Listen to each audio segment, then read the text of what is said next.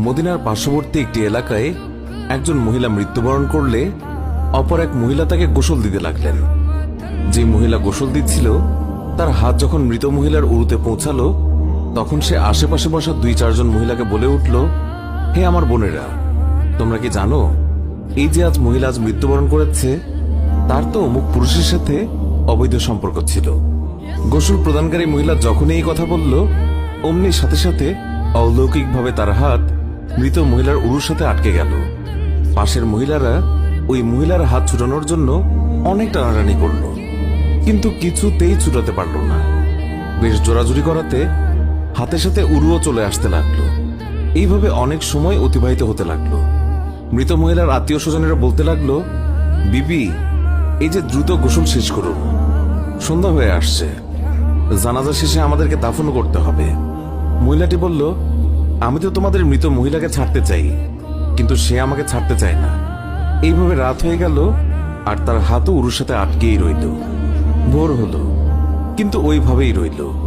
তখন সমস্যার জটিলতা দেখে মহিলার পরিবারের সদস্যগণ ওলামায়ে কেরামের কাছে গেলেন এবং একজন আলেমকে বললেন, মৌলভী সাহেব, একজন মহিলা অন্যজনকে গোসল দিচ্ছিলেন, তখন তার হাত মৃত মহিলার উরুর সাথে আটকে গেছে, এখন কি করা যায়? তিনি ফতোয়া দিলেন, ছুরি দিয়ে জ্যান্ত মহিলার হাত কেটে দাও।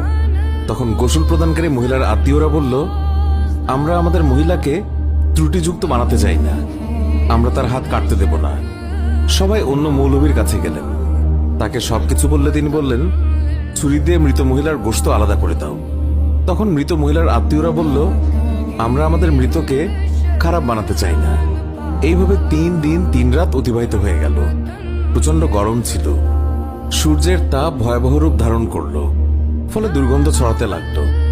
আশেপাশের অনেক এলাকায় খবর ছড়িয়ে পড়ল। সবাই ভাবল, এখানে তো সমাধান হচ্ছে না, চলো মদিনায় যাই। সেখানে তখন ইমাম মালিক রহমতুল্লাহ আলাই প্রধান কাজীর মর্যাদায় ছিলেন। লোকেরা মালিক রহমতুল্লাহ আলাইয়ের দরবারে পৌঁছে বলল, হযরত, একজন মহিলা অপর একজন মৃত মহিলাকে গোসল দিচ্ছিলেন, তখন তার হাত মৃত মহিলার উরুর সাথে আটকে গেছে, ছাড়ানোই যাচ্ছে না। 3 দিন হয়ে গেছে, এখন কি ফতোয়া? ইমাম মালিক রহমতুল্লাহ আলাই বললেন, আমাকে সেখানে নিয়ে চলো। সেখানে গেলেন এবং চাদর দিয়ে আড়াল দেয়া হলো। তারপর পর্দার ওপাশ থেকে দাঁড়িয়ে গোসল প্রদানকারী মহিলাকে তিনি বললেন, বিবি, যখন তোমার হাত আটকে যায় তখন তুমি কিছু বলনি তো?